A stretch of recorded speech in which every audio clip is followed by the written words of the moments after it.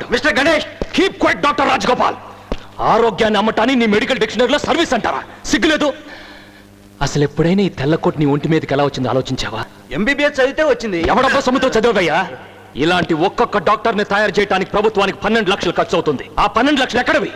కూలీ నాలి చేసుకునే పేద ప్రజలు, చాలిన సంపాదనతో బతికే సగటు మనుషులు 10 పరకా సంపాదించి ఆ డబ్బుతో ఉప్పు, పప్పు, ఉల్లిపాయ కొనుక్కుంటే అలా కొన్న ప్రతి వస్తువు మీద పన్ను వేసి ఆ పన్ను రూపంలో వచ్చిన డబ్బులో నుంచి 12 లక్షలు ఖర్చు పెడితే ఇడిగో ఈ మహానుభావుడు డాక్టర్ అయ్యాడు.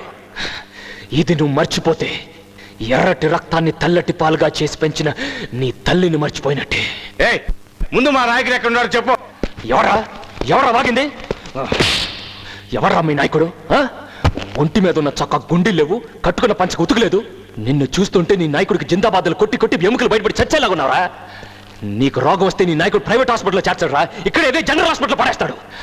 ఎలక్షన్స్ ముందు వచ్చి చేతికో జెండా జేబుకో 100 పెట్టి గెలిచి అడ్రస్ లేకుండా వెళ్ళిపోయాడు మీ నాయకుడా. ఎప్పుడుగా తెలుసుకుంటారు మీరు? ఎప్పుడు తెలుసుకుంటారు?